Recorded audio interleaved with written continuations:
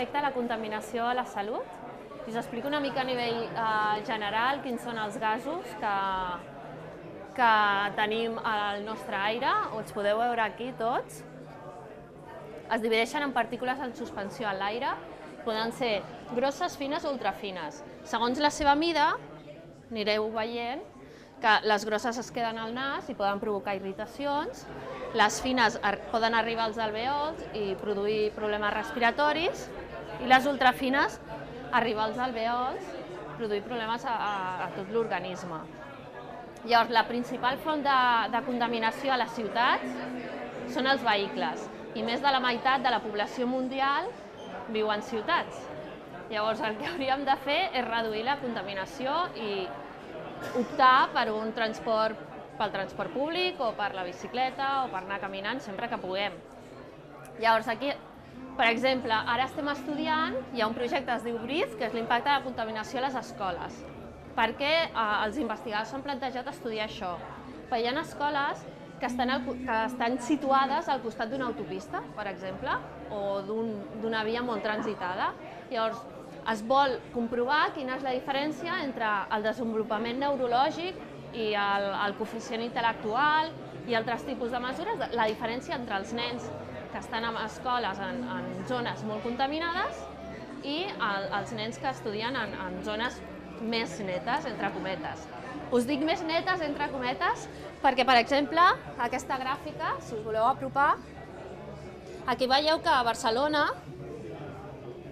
ha anat baixant la contaminació i ara estem a 25. Però la Comissió Europea diu que hauríem d'estar amb aquest nivell i l'Organització Mundial de la Salut ja ens ha avisat que perquè la contaminació no tingués efectes a la nostra salut hauríem d'estar per aquest nivell. Llavors, és a dir, la tendència és bona, però hauríem de reduir encara més la contaminació a la que estem exposats. Òbviament, a la ciutat de Barcelona, la zona més contaminada és aquesta, que podria ser aquesta, és a dir, Eixample, que hi ha molt trànsit, la sortida de Barcelona també, perquè hi ha molts stops i l'arrencada dels cotxes és on més es contamina. Llavors, aquí podeu veure també, és a dir, aquests són uns aparells de mesurament que podeu veure per tota Barcelona i aquests són altres tipus.